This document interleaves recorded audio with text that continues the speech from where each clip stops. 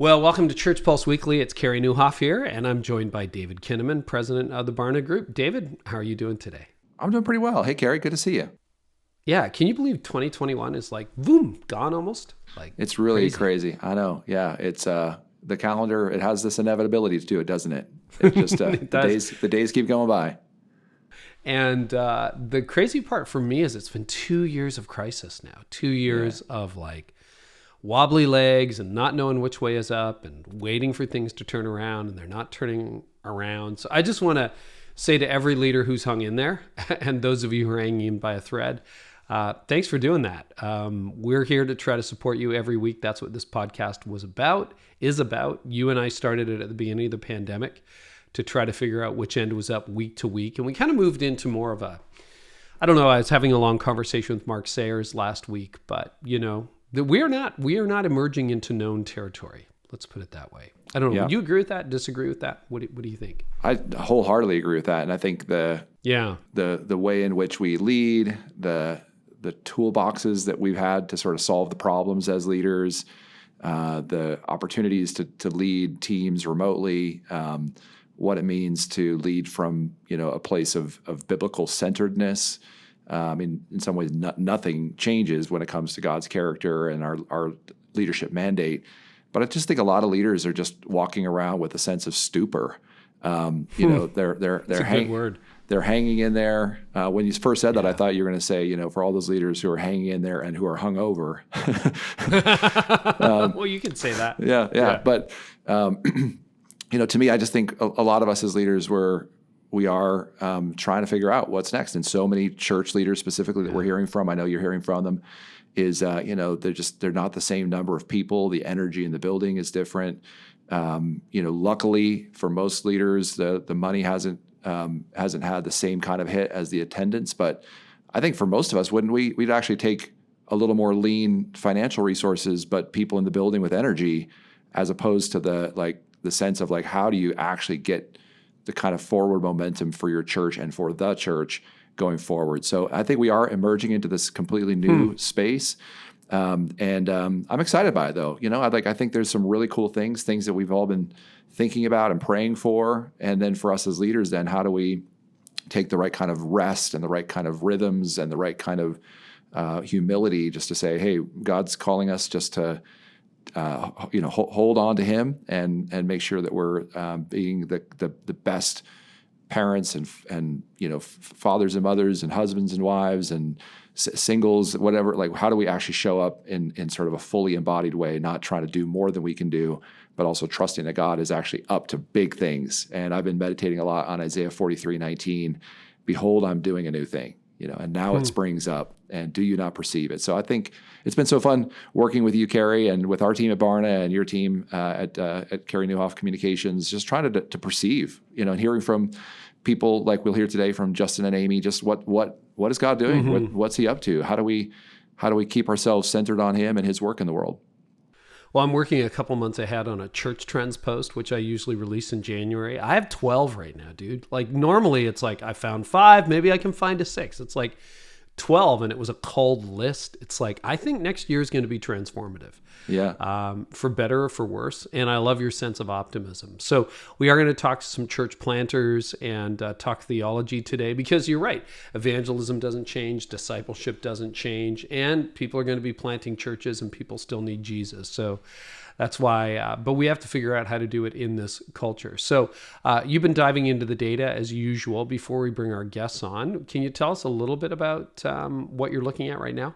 Well, what we want to talk about in this interview today and just broadly is to frame the opportunities that I think we have. And one of them relates to discipleship. And we'll frame that opportunity by talking about the fact that a lot of pastors say they struggle as a congregation to do one-on-one discipleship. When we did our most recent study of this, 1 in 3 pastors said that their church is not very good at this. And actually more than half said they're not good at this. They gave us 1 or 2 or 3 different answers: not very well or not at all well.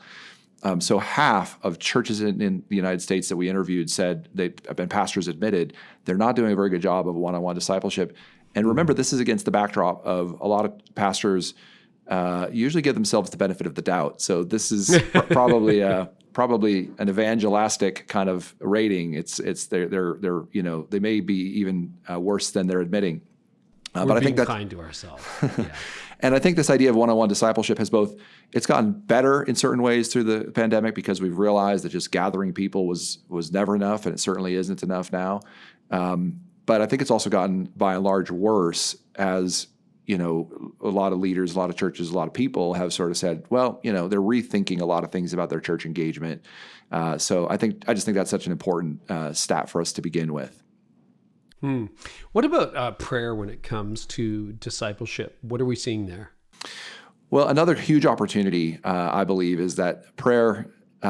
A friend of mine says prayer is really hot right now, and that makes me laugh. It's really hot right now. But I think it captures something of the spirit of this, which is that I think a lot of times we're trying to force feed people into a set of spiritual practices or into a life motion that they're just not really set up for. And that's actually, I think, what happened with the pandemic. Most people's life motion, their habits of going to church, were really pretty thin. And their connectedness to congregations was more superficial. I've come to say that, just like the good old dating advice, it's just that people just aren't that into you. And we've kind of realized that through this pandemic. But prayer is one of the things that has really increased over the last 18 months. And we find that 3 in every 5 adults, not just Christians in America, said they pray either daily or weekly. And this idea that prayer is a real gateway. I mean, we as Christian leaders believe there's a real God, a Jesus who speaks, a Holy Spirit who enters our consciousness, the scriptures who speak to a better way, a way of understanding the deeper truths of what God has created and what He intends for us.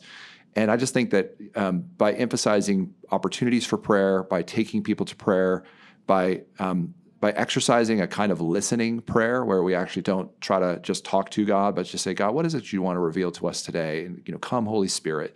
And so we just see this as one of these great opportunities for the church in this new era, because it actually is rest for our souls. It is a place of deeper healing and of opportunities of communing with the Creator Himself. And I don't understand all the metaphysics of a God who can hear and talk to, billions of souls, but it's something that I anchor my whole life on, and it's something that we as Christian leaders believe. And so, what could we do to make that a greater reality? One time I actually prayed. I've done this more than once, but not as many times as I would like. I prayed in public for someone who was limping, and I just offered to pray for them. This was a number of years ago, and my son was a little younger. He's 17 now. And he was sort of shocked that I said, hey, could you mind if I prayed for you? Because it seems like you're in pain. And so the person was a little taken aback, but said, yeah, I guess it'd be fine, And so I prayed. Nothing miraculous happened, except my son looked at me later and he said, I guess we really believe this stuff, don't we? And I think there's this idea of practicing prayer in a way that, this would be my question and my invitation to leaders who are listening, is like, do we really believe this stuff? And if so, what might that mean for especially the practice of prayer? Because God is on the move. And, what more could we do as leaders than to try to help give people, a better transistor radio to hear or a better Wi-Fi connection to the God Almighty who wants to speak into the human heart. That is a good word and an encouraging word. We're also going to talk church planting today. So good news is people are still planting churches, which is incredible. What does the data show about that for us? And then we're going to invite our guests in.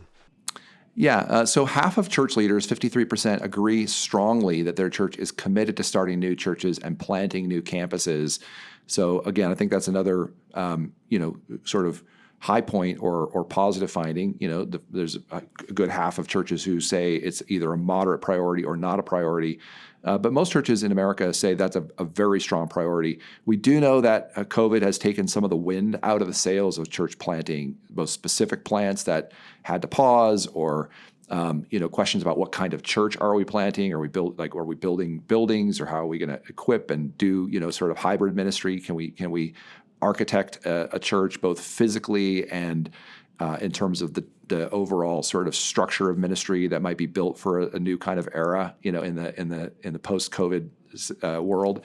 But church planting remains a high priority for church leaders, and I think that's another really positive finding for us to build on. Well, thanks for sharing that with us. So let's bring in our guest today. Amy Gannett is a speaker, writer, and Bible teacher. She's the author of several exegetical Bible studies, and her teaching and writing have been featured on various Christian outlets. She's also the founder of Tiny Theologians, which offers training tools for parents and children's ministries to reach the next generation. And Justin Kendrick is the lead pastor of Vox Church, which he founded in 2011 with a small group of friends on the doorstep of Yale University. Since then, Vox has grown to 9 locations across New England. The dream of Vox Church is to see the least churched region of the U.S. become the most spiritually vibrant place on earth. Welcome, Amy, and welcome, Justin. Good to have you. Thanks for having us. Yeah, thanks for having us. Well, both of you have helped lead church plants. I would love to talk about that. And let's start here. What have you learned about cultivating spiritual growth and discipleship in your church through the pandemic? Amy, why don't we start with you?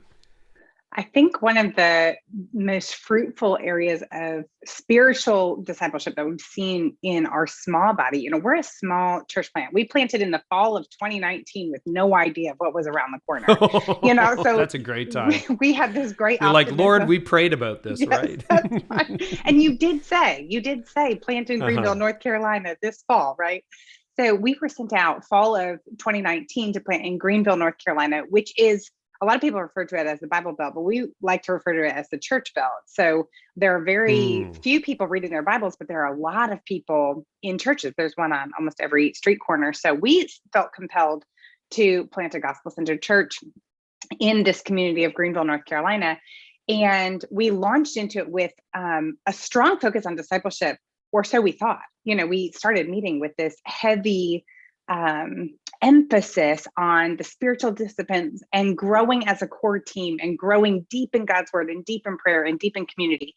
And then when the world sort of seemed to stop, all of a sudden we had to reevaluate whether or not our well-intentioned platform for discipleship was doing us any good.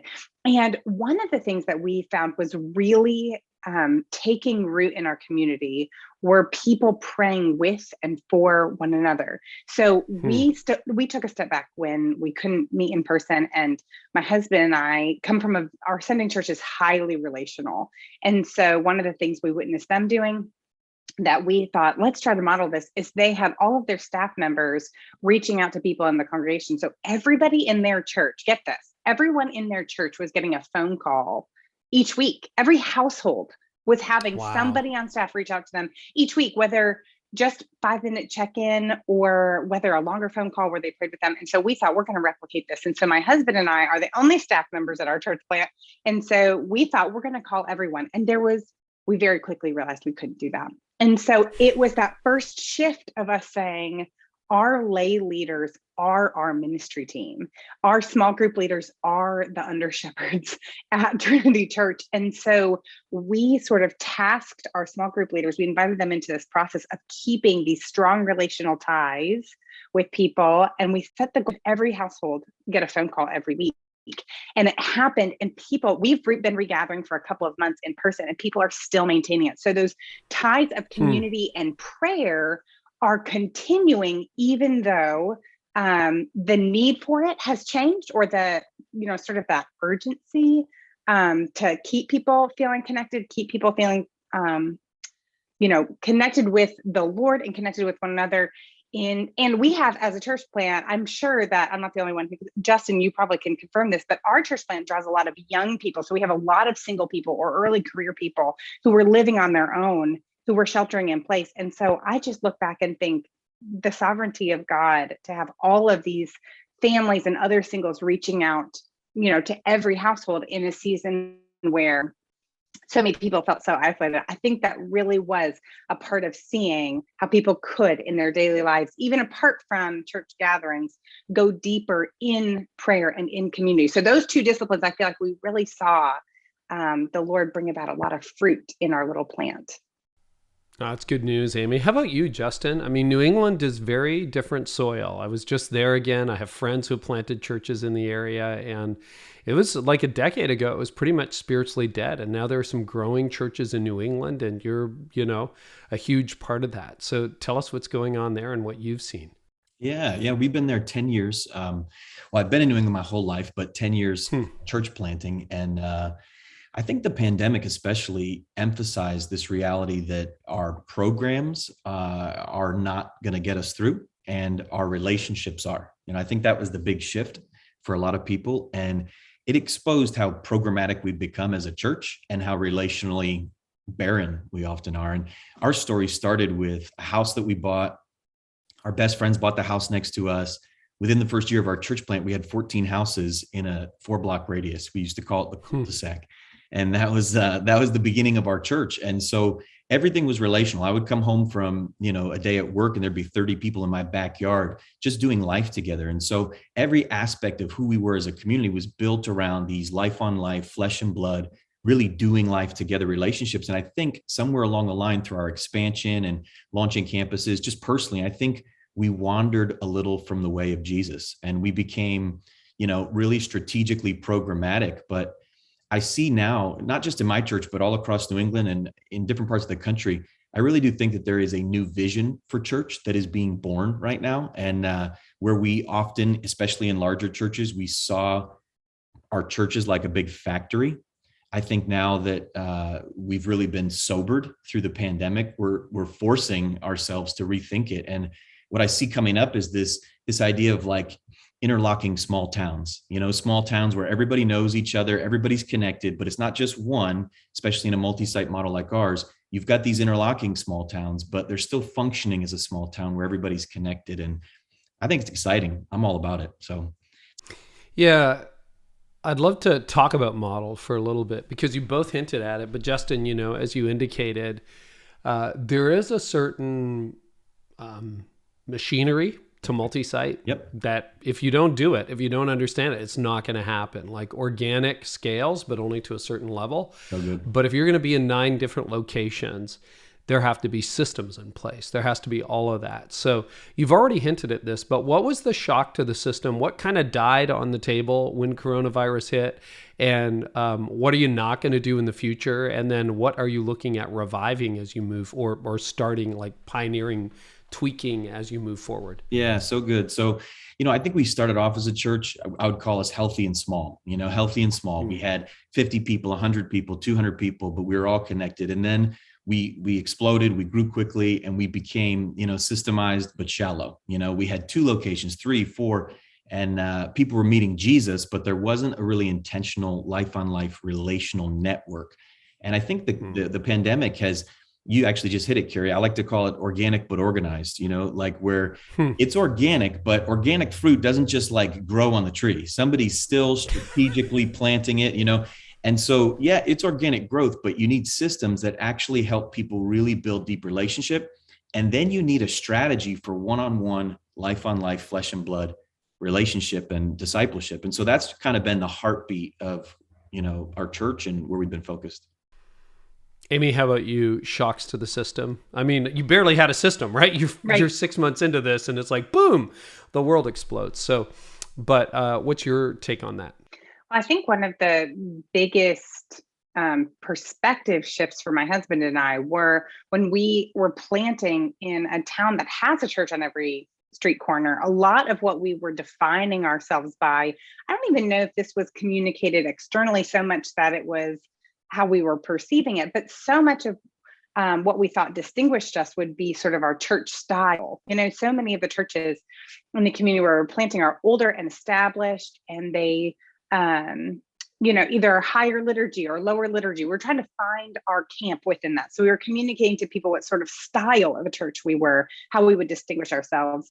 And all of a sudden, all of that goes out the window when you have to communicate to people what is essential and what is non-essential. So we had this small core team. And as every church planter, every pastor experienced, there were so many things that people could rally around that were either political or cultural, that were non-essentials. They weren't essentials of the gospel. And so really quickly we said, wait, this is not our rallying cry. Our style is not our rallying cry.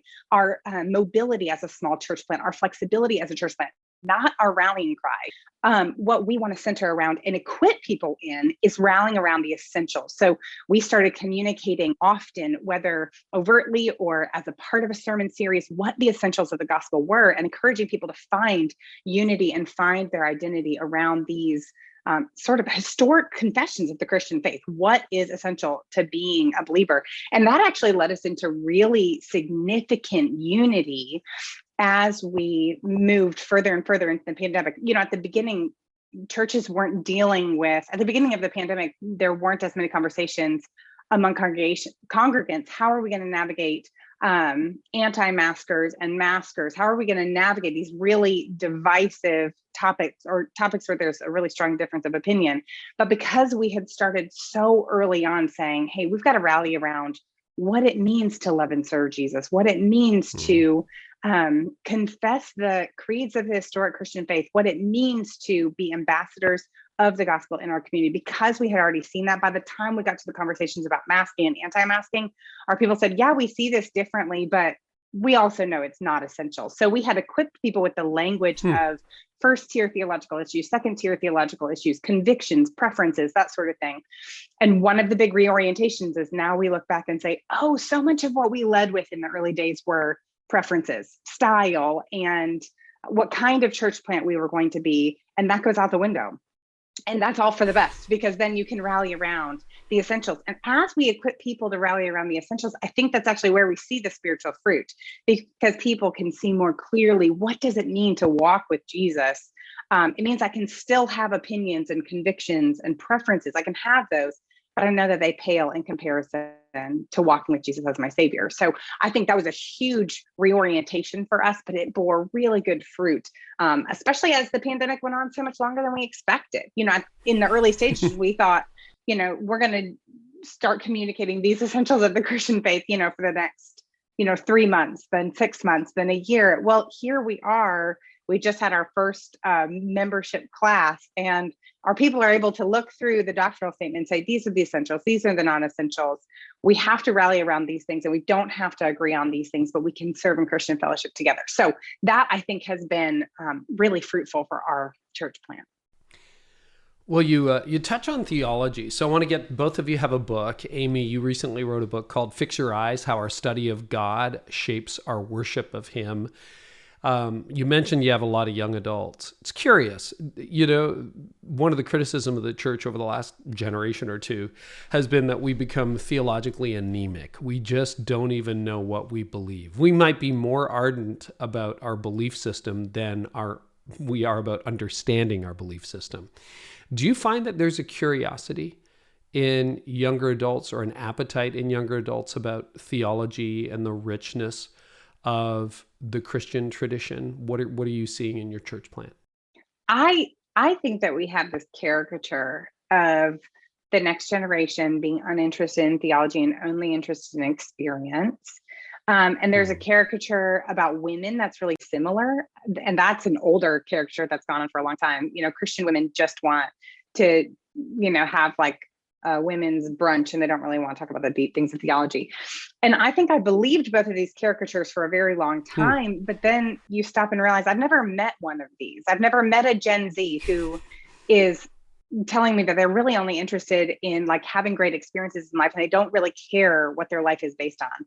We have a lot of next gen members of our church who are asking really important questions. Now, a lot of the questions that I am seeing and hearing from the next generation, they do start with experience. I had a discipleship meeting with a woman just last week who is 23 years old, coming out of college, starting her first career, had an experience with a woman who was sort of spiritually mentoring her. And she had theological questions about that experience and about that relationship.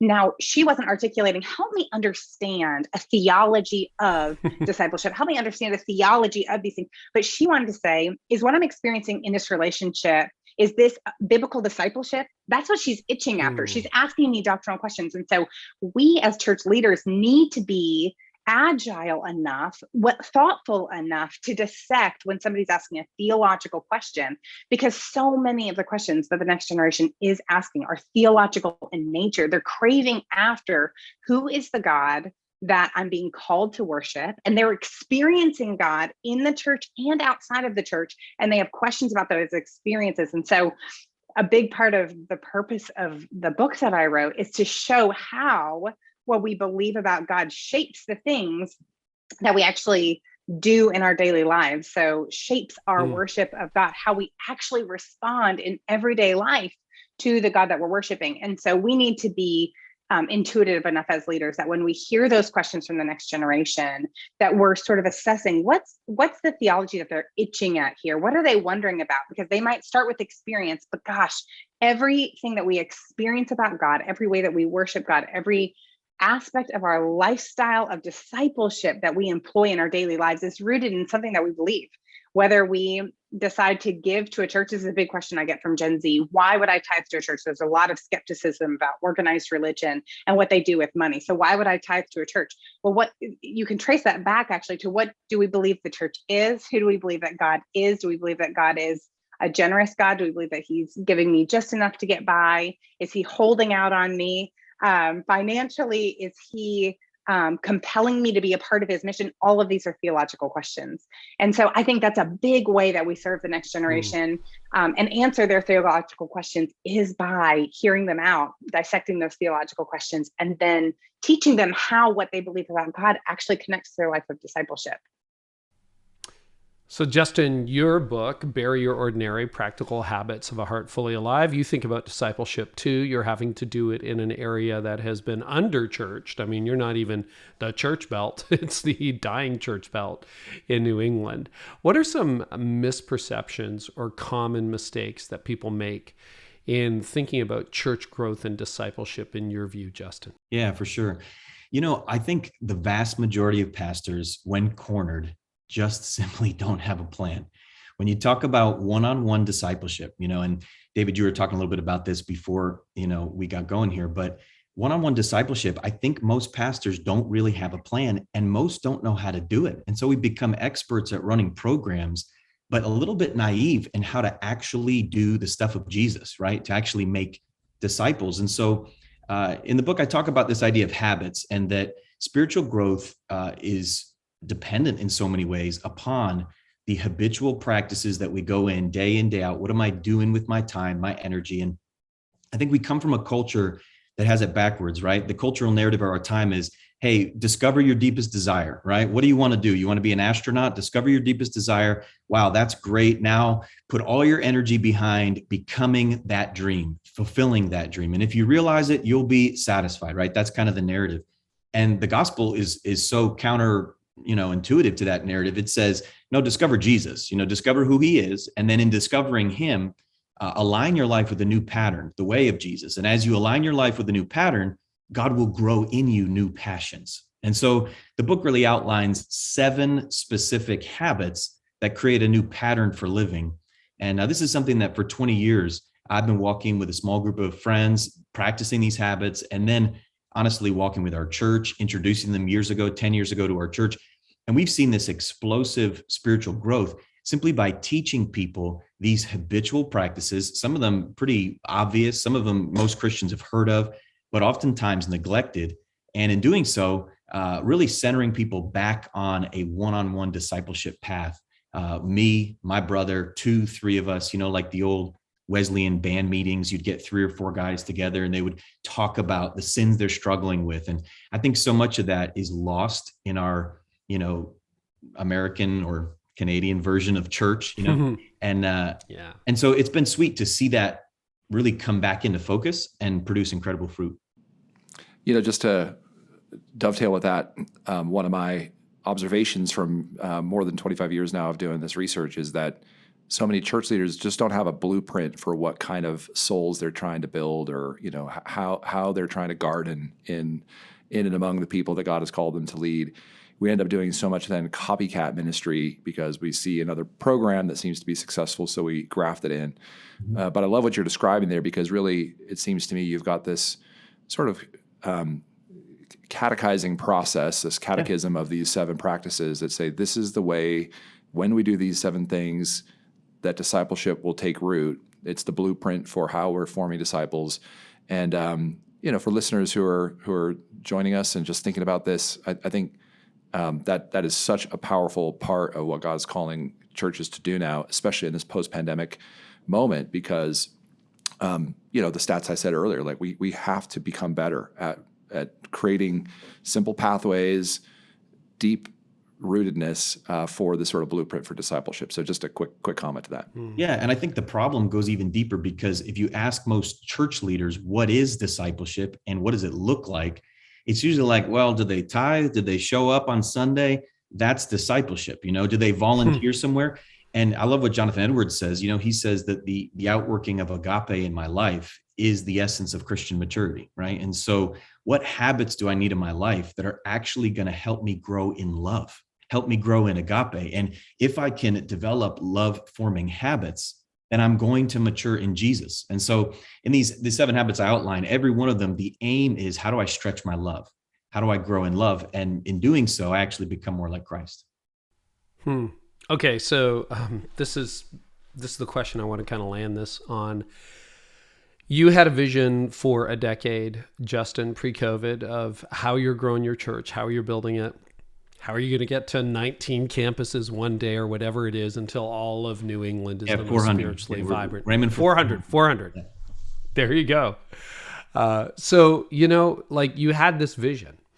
Now, by 2041. I don't know that we can say by 2041. Yeah. 41. Yeah. Wow. Yeah. So seriously, that was the vision. Yeah. 400 churches by 2041, which is awesome. Yeah. Having gone through what we've been through, how is your approach? I'm sure your vision hasn't changed. The gospel is the gospel, right? But how has your approach, how will your model be different, knowing what you know now? Yeah. I think that somewhere in my heart, if I'm honest, looking back 2 years, I started prioritizing programs over people. And I think that's toxic. I think actually that's a lot of the root of this celebrity culture, especially among big churches, that is killing us, right? And I think one thing that has been sobering and so healthy for my soul is you never graduate from discipleship. If you're not really developing people in Jesus, then you're just making noise. And so when you don't really have discipleship happening in your life, you start believing things about yourself that aren't true.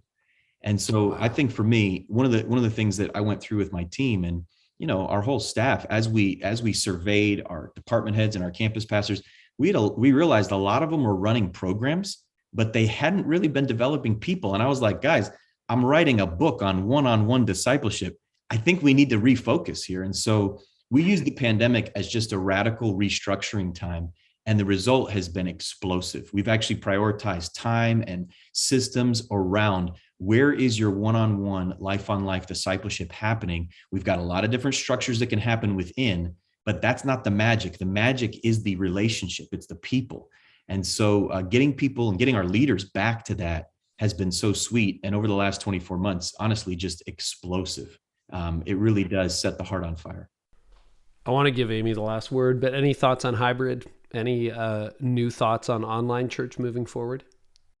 Yeah, I got a lot of thoughts on that, but we do church online. I'll be quick, but we do church online. We have thousands of people participate. We're excited about that. I think that it is a great front door, and I think that it's not a great living room. I think that you can really engage people in a wonderful way, but at the end of the day, decisions are made in the room. You got to be connected in real relationship. And so we do use church online, but it's always to drive people into a relational dynamic, either within our church or somebody else's. Cool. Thank you. Amy, thoughts about, and again, you barely got your feet wet when the pandemic hit, but moving forward, how will you be different? I think one of the things that Justin pointed out, I think is so central to our moving forward as a church plant is prioritizing people and experiencing those relationships yourselves. So we can't lead people somewhere we haven't gone ourselves. We can't lead people deeper in Christ if we're not growing deeper in Christ ourselves. We can't teach our lay leaders to do one-on-one discipleship if we're not experiencing those relationships ourselves. And I think that by being on occasion a person who just sits in the pews, there are Sundays that my husband and I, whether it's a Sunday where there's a guest preacher or a Sunday where I've delegated all of my team leadership roles, that we take a turn just sitting in the pew, just being a person who's being discipled on Sunday morning.